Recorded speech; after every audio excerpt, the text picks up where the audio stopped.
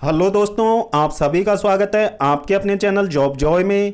तो दोस्तों, जैसा कि आप सभी को पता है कि आपका एसएससी एमटीएस का एग्ज़ाम यहाँ पे वर्तमान में चल रहा है। और दोस्तों, अभी इसकी कुछ शिफ्ट यहाँ पे कंप्लीट हो चुकी हैं और दोस्तों कुछ शिफ्ट इसकी बाकी हैं।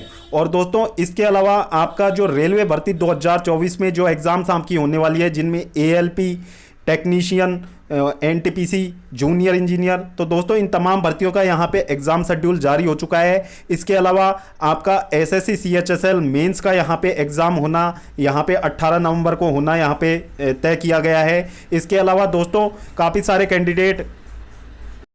कैंडिडेट आप में से ऐसे भी हैं जिनको एसएससी मेंस यहाँ पे एसएससी सीजीएल मेंस यहाँ पे देना है।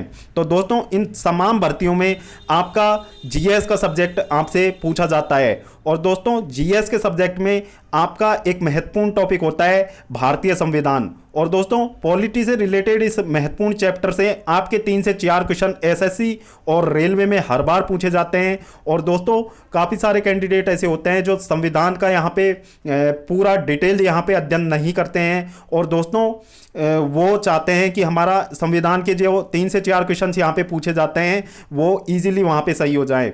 तो दोस्तों, उनके लिए वीडियो इंपॉर्टेंट रहने वाली है, क्योंकि दोस्तों इस वीडियो में हम संविधान के जो महत्वपूर्ण आर्टिकल है उनकी बात करने वाले हैं, जो कि अक्सर एग्जाम में आपके रिपीटेड होते रहते हैं और जिनसे संबंधित सवाल यहाँ पे आपके एग्जाम में हर बार पूछे जाते हैं।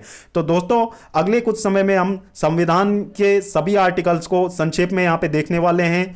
तो दोस्तों, पूरी जानकारी के लिए वीडियो को अंत तक जरूर देखें। और दोस्तों, अगर इससे पहले आप हमारे चैनल पर पहली बार विजिट कर रहे हों तो सभी सरकारी भर्तियों की लेटेस्ट और ऑथेंटिक अपडेट्स पाने के लिए चैनल को जरूर सब्सक्राइब करें।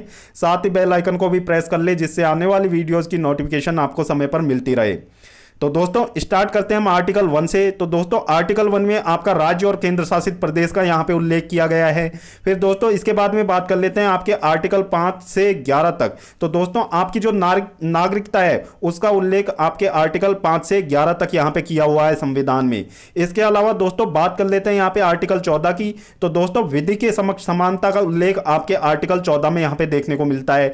इसके अलावा दोस्तों, बात कर लेते हैं आर्टिकल 17 की। तो दोस्तों, ये आपका एक कॉमन क्वेश्चन है जो कि हर एग्जाम में काफी बार देखने को मिला है। आर्टिकल 17 में किस चीज का उल्लेख है? तो दोस्तों, अस्पृश्यता का अंत यानी कि छुआछूत का अंत आपके आर्टिकल 17 में यहाँ पे उल्लेख किया गया है। इसके अलावा दोस्तों, यहाँ पे आर्टिकल 18 की बात करें तो दोस्तों, उपाधियों का अंत आपके आर्टिकल 18 में इसका उल्लेख किया गया है।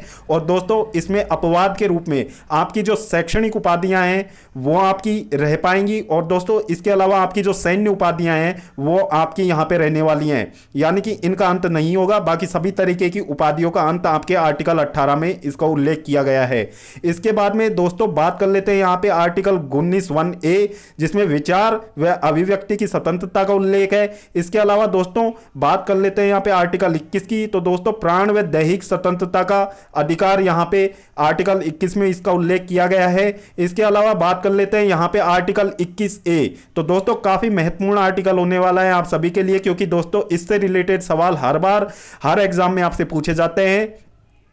तो दोस्तों, एग्जामिनर्स के लिए ये एक बहुत ही फेवरेट यहाँ पे आर्टिकल से संबंधित सवाल इससे बनता है। तो दोस्तों, आर्टिकल 21(a) में अनिवार्य शिक्षा का यहाँ पे उल्लेख किया गया है। इसके अलावा दोस्तों, आपके आर्टिकल 24 की बात करते हैं तो दोस्तों, शोषण के विरुद्ध अधिकारों का यहाँ पे उल्लेख आर्टिकल 24 में किया गया है। इसके आगे हम बात कर लेते हैं यहाँ पे आर्टिकल 25 की। तो दोस्तों, अंतःकरण की स्वतंत्रता का उल्लेख यहाँ पे आपके आर्टिकल 25 में किया गया है। इसके बाद में बात कर लेते हैं आर्टिकल 32। तो दोस्तों, परीक्षा की दृष्टि से आपका बहुत ही महत्वपूर्ण आर्टिकल होने वाला है आर्टिकल 32। तो दोस्तों, इसमें कई तरीके से आपसे सवाल पूछे जाते हैं। सबसे पहले तो आर्टिकल 32 में किसका उल्लेख है? तो दोस्तों, संवैधानिक उपचारों का अधिकार आपके आर्टिकल 32 में यहां पे दिया गया है, जिसमें आपके यदि किसी भी नागरिक के संवैधानिक जो अधिकार हैं उनका यदि हनन होता है तो दोस्तों वो सुप्रीम कोर्ट में जा सकता है। और दोस्तों, सुप्रीम कोर्ट इससे रिलेटेड 5 प्रकार की रिट जारी करने का अधिकार यहां पे रखता है। और दोस्तों, आर्टिकल 32 से रिलेटेड एक और बहुत ही कॉमन क्वेश्चन पूछा जाता है कि भारतीय संविधान की आत्मा जो कि बाबा साहब भीमराव अंबेडकर ने इस आर्टिकल को भारतीय संविधान की आत्मा कहा है। तो दोस्तों ये भी सवाल पूछा जाता है कि कौन सा आर्टिकल बाबा साहब भीमराव अंबेडकर के अनुसार भारतीय संविधान की आत्मा कहलाता है। तो दोस्तों आर्टिकल 32 आपके संवैधानिक उपचारों के अधिकारों का उल्लेख है, जो कि भारतीय संविधान की आत्मा के रूप में जाना जाता है। इसके अलावा दोस्तों बात कर लेते हैं आर्टिकल 37 की। तो दोस्तों आर्टिकल 37 में आपके डीपीएसपी का वर्णन किया गया है, जो कि आपके अपरिवर्तनीय यहां पे रहने वाले हैं। तो दोस्तों अगला आर्टिकल आपका आर्टिकल 38 होने वाला है। तो दोस्तों इसमें लोक कल्याणकारी राज्य के गठन का यहां पे उल्लेख किया गया है। इसके अलावा बात कर लेते हैं आर्टिकल 39A। तो दोस्तों निशुल्क विधिक सहायता का यहां पे उल्लेख किया गया है आपके आर्टिकल 39A में। तो दोस्तों यहां पे बात कर लेते हैं फिर आर्टिकल 40 की। तो दोस्तों ये भी एक अपने आप में इंपॉर्टेंट आर्टिकल रहने वाला है, क्योंकि दोस्तों इसके सवाल भी बहुत बार एग्जाम में पूछा जाता है और दोस्तों बहुत कॉमनली रिपीटेड क्वेश्चन है आपका। तो दोस्तों आपके आर्टिकल 40 में ग्राम पंचायतों के गठन का उल्लेख यहां पे आर्टिकल 40 में किया गया है। आर्टिकल 44 की बात करें तो दोस्तों समान नागरिक संहिता यानी कि यूनिफॉर्म सिविल कोड। तो दोस्तों इसका वर्णन आपके आर्टिकल 44 में किया गया है। और दोस्तों यूनिफॉर्म सिविल कोड यानी कि यूनिफॉर्म सिविल कोड यहां पे लागू करने वाला पहला राज्य आपका गोवा है। और दोस्तों उसके बाद में हाल ही में उत्तराखंड राज्य यूनिफॉर्म सिविल कोड को अपनाने वाला दूसरा राज्य यहां पे बना है।